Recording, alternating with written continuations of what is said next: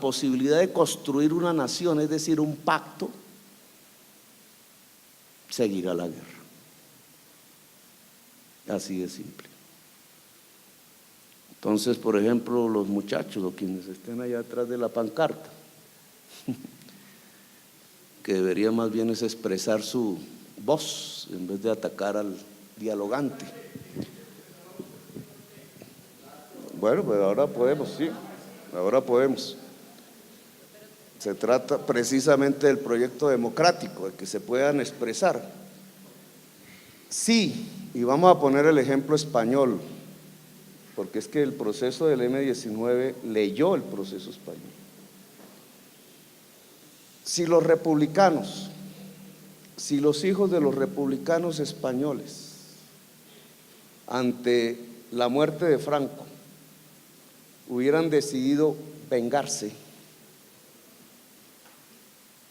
incluso con razones históricas, si es que el franquismo llenó a España de fosas comunes, descuartizó seres humanos, fusiló dirigentes políticos, perfectamente de las víctimas del franquismo hubieran podido salir vengadores y hubieran tenido razones históricas para defender la legitimidad de su violencia. Pero España no hubiera entrado en lo que es hoy, con sus problemas, sus virtudes, hubiera entrado en una nueva época de guerra. ¿Qué es lo que impide que España entre a una nueva época de guerra? Que se perdonaron. Así de simple. Es decir, con toda la legitimidad que los hijos y los sobrevivientes de los republicanos hubieran podido tener para decir: ustedes nos fusilaron, ustedes nos masacraron, y haber actuado de nuevo, con esa misma legitimidad hubieran enterrado a España en un nuevo periodo de guerra. Los dirigentes políticos, las fuerzas sociales y las juventudes del momento, que no vivieron esa guerra, tuvieron la suficiente madurez para perdonarse, que no significa olvidar, para perdonarse, y sobre la base de ese perdón, que Derrida decía es el perdón, los perdones históricos de las sociedades son como las revoluciones, no se dan cada día, sino en momentos específicos de la historia. Sin ese perdón histórico y terrenal, en España no hubiera podido ser la construcción de una nación. La pregunta que yo haría aquí: ¿los colombianos nos hemos perdonado? Y es evidente, incluso aquí en este momento explícito, que no. Y mientras eso no surja,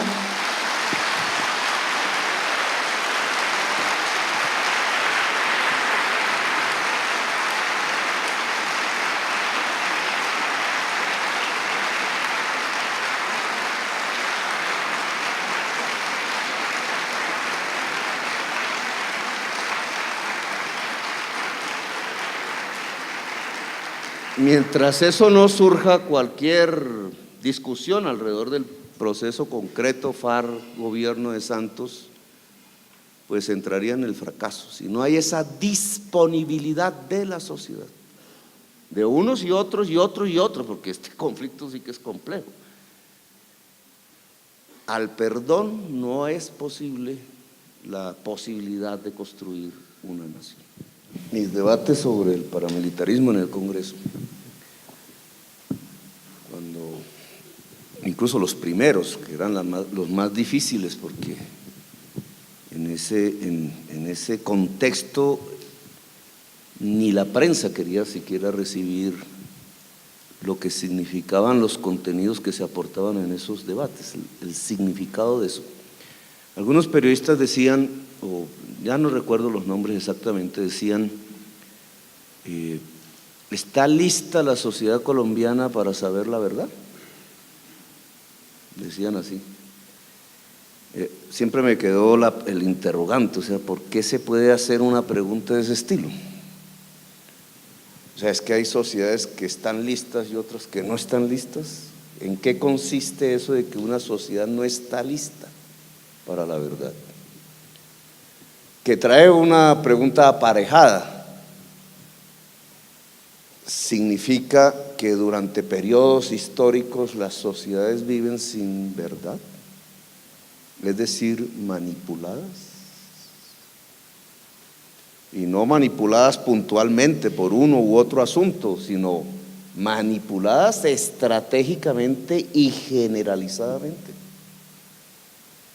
¿Se puede llamar un país democrático si tiene la verdad oculta? Si la verdad es invisible, o en otras palabras, si existe otra verdad, porque nadie es consciente de que vive en medio de la mentira, todo el mundo cree que vive en medio de la verdad, habla de su verdad, de otras verdades. Hay una verdad oficial que resulta ser una mentira. Y entonces cuando nos planteamos las comisiones de la verdad, lo que nos estamos planteando son un grupo de sabios, etcétera, que se configura para develar y destruir una mentira que era la verdad oficial. Son consecuencias de la pregunta que hacían los periodistas en ese entonces. No la volvieron a hacer, pero ahora es pertinente. ¿Es la verdad de las FARC o es la verdad del país? La verdad de la FARC es una parte de la verdad del país. Tenemos mentiras diversas, concomitantes y articuladas que nos han conducido a un escenario de manipulación generalizada. Y que entonces por eso es que tenemos que plantearnos el tema de la verdad como uno de los temas de la paz. Interrogantes que dejo, porque yo pienso que sí vivimos en medio de la mentira. Cuando la sociedad, dice Habermas, dice, cuando las sociedades entran en violencias, en terror, es porque se rompen los puentes de la comunicación o del diálogo, diríamos nosotros, más al estilo M19, el diálogo. Pero es la comunicación de la sociedad, no de un grupo con otro. Los lazos de comunicación en una sociedad se han roto de tal manera que se produce la violencia, y en medio de esa violencia lo único que se construye es una supuesta verdad que no es más sino un instrumento de manipulación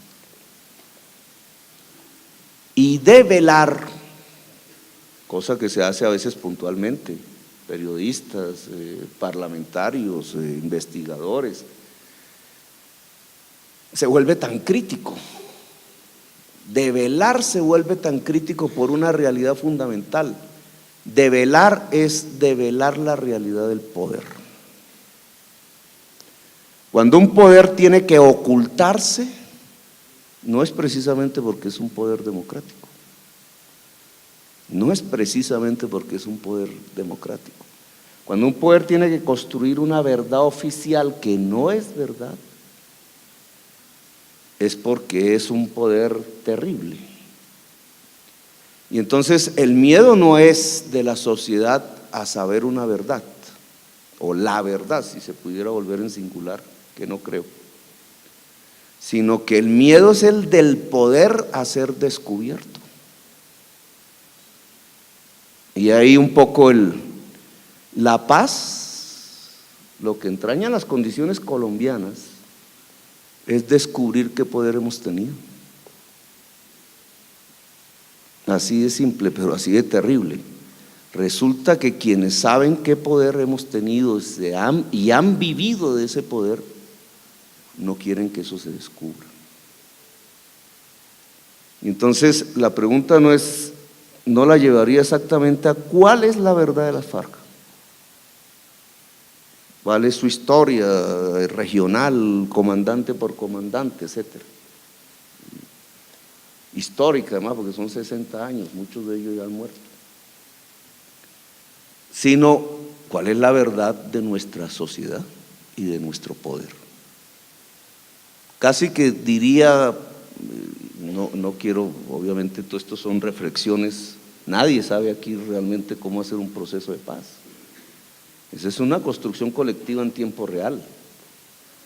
Lo hacemos entre todos, pero yo prácticamente diría que buena parte de una paz definitiva en Colombia depende de develar el poder.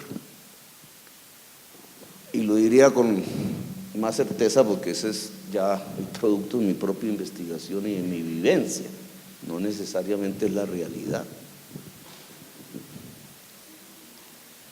Nosotros en las últimas décadas hemos tenido un poder mafioso.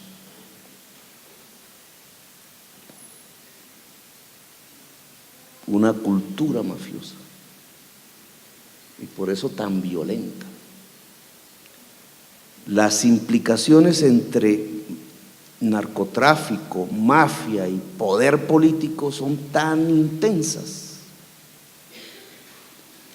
que cuando se habla de la verdad en buena parte consiste, no únicamente consiste en descubrir los nexos entre narcotráfico, mafia, poder y muerte. Esa realidad que hoy ya no es tan escandalosa como hace 10 años, de encontrar los nexos entre mafia, narcotráfico y poder que ha matado. Cuando decimos que desde el poder se ha matado, no estamos en una democracia. Esa es la realidad. Nadie puede afirmar que una democracia mata desde el poder. Y poder no es solamente el Estado, la FARC son un poder en sus regiones, en donde están. Cuando se dice que desde el poder se mata, pues la verdad consiste en saber cómo se mató desde el poder, cómo fue. Y obviamente de lo que sale de ahí, y por eso un poco la pregunta de los periodistas, ¿estamos listos para la verdad? Lo que sale de develar el poder y de descubrir que el poder mata, es que ese poder no puede seguir. Así de simple. Cuando una sociedad descubre, le develan, o ella misma devela que el poder mata, entonces la consecuencia inmediata de tipo político es que la mayor parte de la sociedad lo que va a querer es cambiar el poder. Y ahí lo que para algunos es el peligro de la paz. He ahí lo que para algunos es la necesidad imperiosa de impedir que el país construya la paz. Y no quiero referirme a los procesos judiciales en los que nuestro juez Baltasar, víctima del fascismo español, conoce mucho más. Me quiero referir a los procesos históricos y políticos de los que yo hago parte, indudablemente. Entonces, una paz sólida trae consigo necesariamente la verdad, pero la verdad no es una simple comisión, así se haga, no es una comisión. La verdad es un proceso histórico en donde se devela el poder que se ha tenido y el descubrimiento de que es un poder que mata y que trae una consecuencia inmediata, el cambio del poder. Y pondría como ejemplo de esto concreto Sudáfrica. Claro, hubo un proceso en Sudáfrica. Mandela era un jefe guerrillero, que ahora se ha mitificado y se lo merece.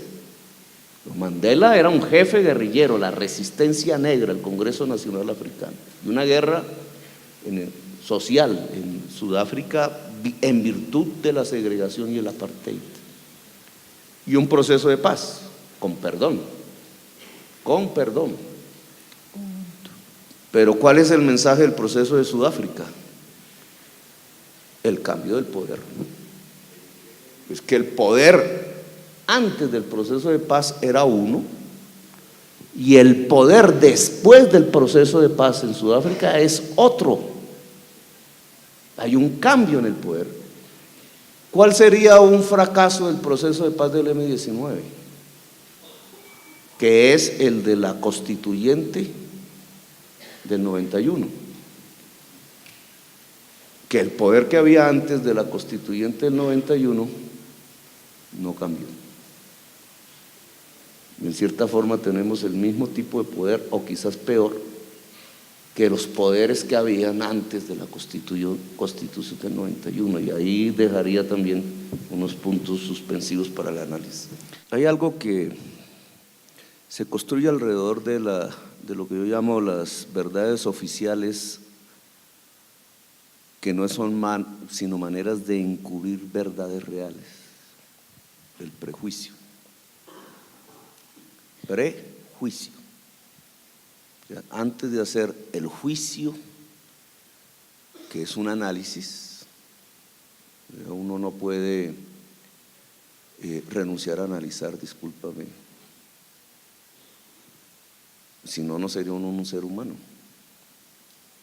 Uno analiza su vida, y si es político, su entorno, y todos somos políticos, analizamos el entorno. El análisis es precisamente un juicio. La parte del derecho es apenas una forma específica y ante unas circunstancias concretas del juicio humano. El juicio es la razón, la inteligencia. El prejuicio, es decir, antes de analizar, tener un concepto, no es más sino el dogma, la mentira, hasta yo lo llamaría la ideología o la creencia, más que ideología, creencias. Creencias que siempre son impuestas, construidas, son construcciones sociales necesarias, entre otras cosas, para ocultar la realidad del poder. Y voy más allá y más a lo concreto, doctor Henao. Cuando yo era estudiante en esta universidad, usted también era estudiante. Usted era de izquierdas.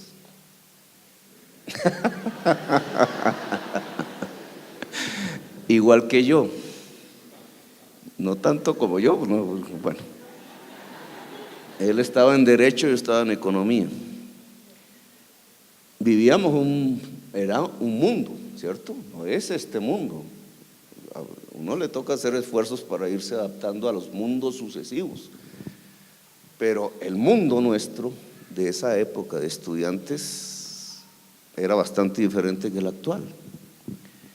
Y rememoro el externado porque es una pieza valiosa dentro del tema de develar. No se le puede delegar a las FARC, entre otras. La verdad contemporánea de la Universidad Externado es parte de una verdad a develar en el país, por varias razones. Yo estudié aquí desde 1978 hasta 1982 que salí, graduado como economista. Mi director de tesis fue Chucho Bejarano, Jesús Alberto Bejarano, asesinado después, uno de los mejores economistas del país. Fue profesor de teoría fiscal mío, Enrique Lou Murtra, cuarto semestre recuerdo. Siendo magistrado lo asesinó la mafia. Los muchachos y muchachas de ese entonces, pues nos dividíamos entre liberales, que considerábamos de derecha, y la izquierda. Y la izquierda en una enorme cantidad que aquí no voy a aburrir, en la ingeniería de las organizaciones de izquierda. Entre el 78 y el 82 nosotros oímos por radio la revolución sandinista y nos emocionamos con esos niños armados tomándose el poder contra el dictador Somoza. Y hubo fiesta en el externado, porque el nivel de politización era diferente en ese entonces que ahora. Salimos en 1978, fue la primera y casi única expresión contra el Estatuto de Seguridad de el presidente Turbay Ayala. Y nos garrotearon aquí en la Plaza de la Concordia. Salió toda la universidad en marcha. A mí me pegaron. Turbay Ayala quiso hacer una reforma constitucional muy al estilo de lo que en ese entonces se llamaban ¿cómo era? La doctrina de la seguridad nacional, es decir, la imitación del modelo de las dictaduras de Chile, de Pinochet y de Argentina, de Videla. Esta universidad se opuso y entre sus profesores habían maestros, pues, maestros del externado, que fueron determinantes en el hundimiento de la reforma constitucional del presidente Turbay Ayala. Entre esos, también profesor mío, Manuel Gaona Cruz. Como muchacho de izquierdas, yo tendría 18 años, asistí aquí a una conferencia del profesor Reyes Echandía. El profesor Reyes Echandía tenía una frase que en ese entonces era famosísima, alrededor de la justicia penal militar, porque en ese entonces los militares juzgaban a los civiles. Si cualquier muchacho salía a la esquina a pintar una consigna y lo cogían, era un consejo verbal de guerra. Esto es para contextualizar, que es el llamado que hace el juez Baltasar Garzón. O sea, cómo hacer un juicio de una época histórica con los valores de otra época histórica, la de hoy, muy influenciados, entre otras, por las oleadas del uribismo y de su manera de entender el mundo. En el 78, a partir del Estatuto de Seguridad del presidente Turbay Ayala, me vas a tener que esperar un ratico, fueron capturados 18 estudiantes del Externado de Colombia y torturados, porque eran militantes de una organización guerrillera llamada Pedro León Arboleda, unos sí, otros no, torturados. El muchacho Gustavo Petro empezó a asustarse con esas noticias. Hernando Silva, estudiante de la Facultad de Derecho, fue encontrado muerto y se descubrió que lo había matado miembros del B2, después Brigada 20, es decir, la inteligencia militar del entonces, estudiante del Externado de Colombia. Volvió a salir toda la universidad a la calle. Reyes Echandía atacaba a la justicia penal militar. Manuel Gaona Cruz no solamente la atacaba, sino que la hundió. Creo que fue por un voto, no recuerdo bien. Fue un voto determinante, al punto que se vino el mundo del establecimiento contra el profesor Gaona Cruz, y la universidad iba a salir a la calle, y él mismo, recuerdo yo, en una inmensa manifestación en la plazoleta que era junto al restaurante, que no sé si todavía existe, inmensa manifestación, la universidad iba a salir a la calle a defender a Gaona Cruz, y él mismo pidió no salir. Nunca entendí por qué, porque yo sí quería salir, obviamente. Yo quería salir a defender la postura democrática del profesor Gaona Cruz, y yo era militante del movimiento 19 de abril. Y en el Externado habían 150 militantes del movimiento 19 de abril. Y nuestra gran operación militar en la universidad fue poner una bandera al frente donde quedaba la Facultad de Hotelería y Turismo.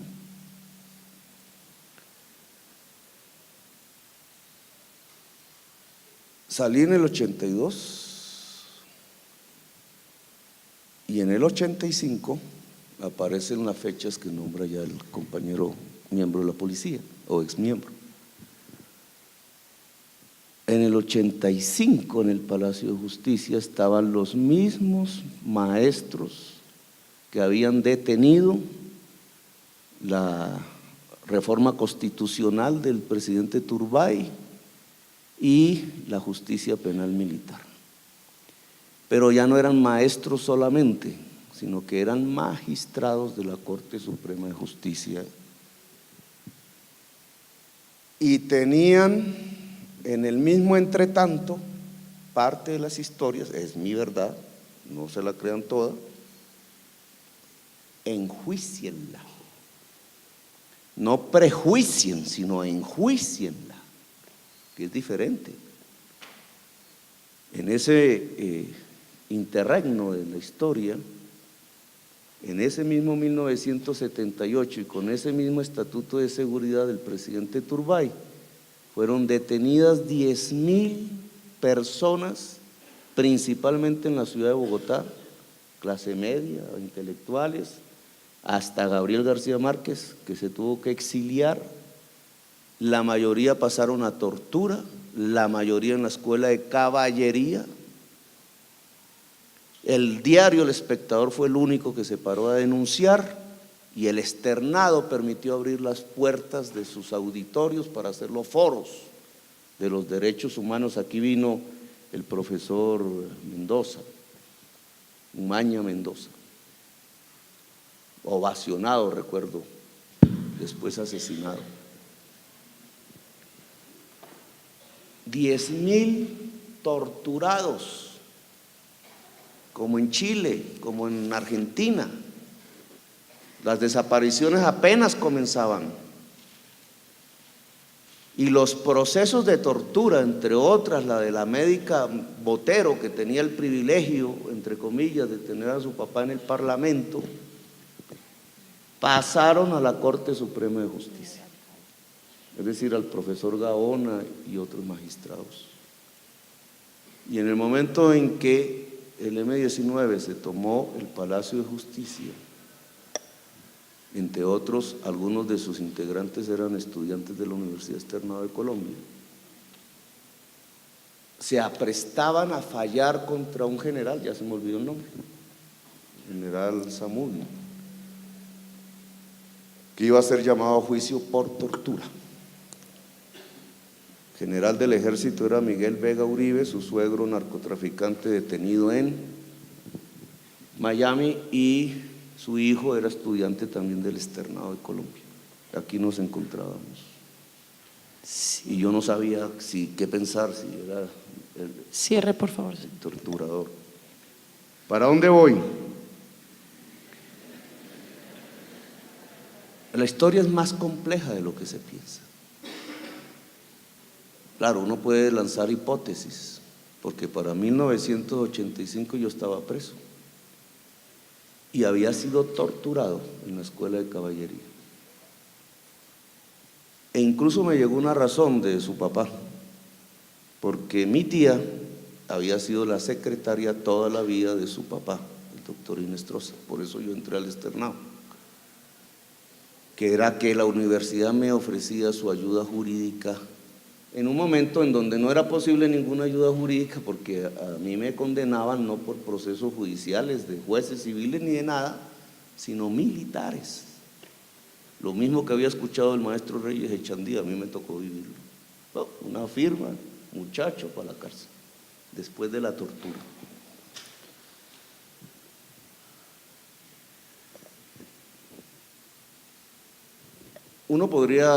Yo hubiera podido, con el poder que he tenido después, descubrir quiénes me torturaron.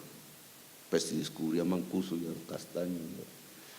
Pero no quise, nunca quise usar eso, porque yo no quiero tener odio de esas épocas, ni de estas. Pero entonces la propuesta que yo iba a hacer es que estos procesos, esta complejidad, porque yo perfectamente podría lanzar una hipótesis, es que el profesor Gaona y el profesor Reyes Echandía habían sido construidos como objetivos por un tipo de doctrina militar de esa época, no de esta, porque yo no puedo juzgar a los militares de hoy por lo que pasaba con los militares de esa época. Y entonces se puede explicar muy fácilmente qué pasó en el Palacio de Justicia, ¿por qué sucedió eso? Y habría otra verdad, ¿cierto? Habría otra verdad completamente diferente, porque si el suegro del jefe del ejército en ese entonces era un narcotraficante extraditado, ¿dónde estaba el narcotráfico? Y si los magistrados de la Corte Suprema de Justicia habían luchado contra la justicia penal militar y estaban juzgando militares en ese momento, entonces ¿por qué todos los disparos que tienen en sus cuerpos pertenecen a armas del Ejército Nacional? Gracias, señor. Pero no quiero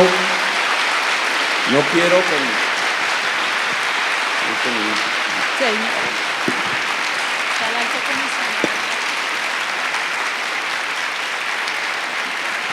no quiero con esto, digamos, yo sí, no la recupero. Sí. Ya. Gracias. Bueno, pero entonces tenemos que tener, sí, nosotros nos metimos al Cantón Norte, lo reconozco. Pero nosotros lo que tenemos, no, es que, ¿por qué mentir? Estoy hablando de una etapa de la realidad que quiero que ustedes miren solamente desde un punto de vista de complejidad. No estoy diciendo que me crean, por eso dije, sino que el mundo y la vida es más compleja que el prejuicio. Y una forma de manipular es llevarnos fácilmente al prejuicio sin entender la complejidad de lo que se vivió, y así no encontramos la verdad. Yo creo que la Universidad Externado, que es mi universidad también, tiene una tarea que cumplir, digamos, porque es una cicatriz, es una herida, no una cicatriz, pero que le podría enseñar al país, precisamente en este tipo de procesos de develación, cómo auscultar a profundidad hasta acercarse al máximo. Por ejemplo, ¿qué fue lo que pasó el 6 y 7 de noviembre del 85? Yo creo que se lo debemos a mucha gente, digamos, que allí pereció. Y podemos hacerlo, y yo creo que la Universidad Externado tendría ahí un papel que cumplir fundamental, porque la mayoría de esos profesores eran del Externado de Colombia. Ahora, sí, obvio.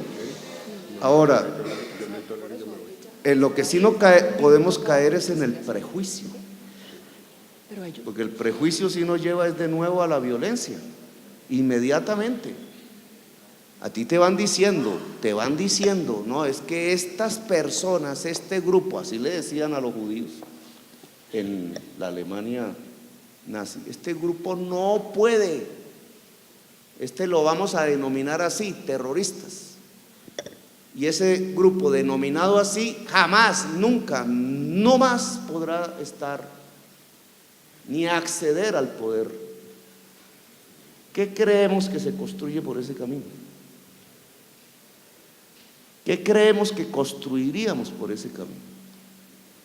Por ese camino no construiríamos sino las nuevas condiciones de una violencia. Y entonces aquí se trata, pues es el interrogante de cómo construir las condiciones es de una paz definitiva. Y una paz definitiva no puede excluir. Ahora, ya el tiempo no me lo permite, pero no es cierto que se hizo un indulto general. Eso no es cierto. Hay que mirar un poco los determinantes jurídicos del proceso de paz del M-19. Hubo procesos individuales. Si no, señor alcalde, el tiempo no nos lo permite.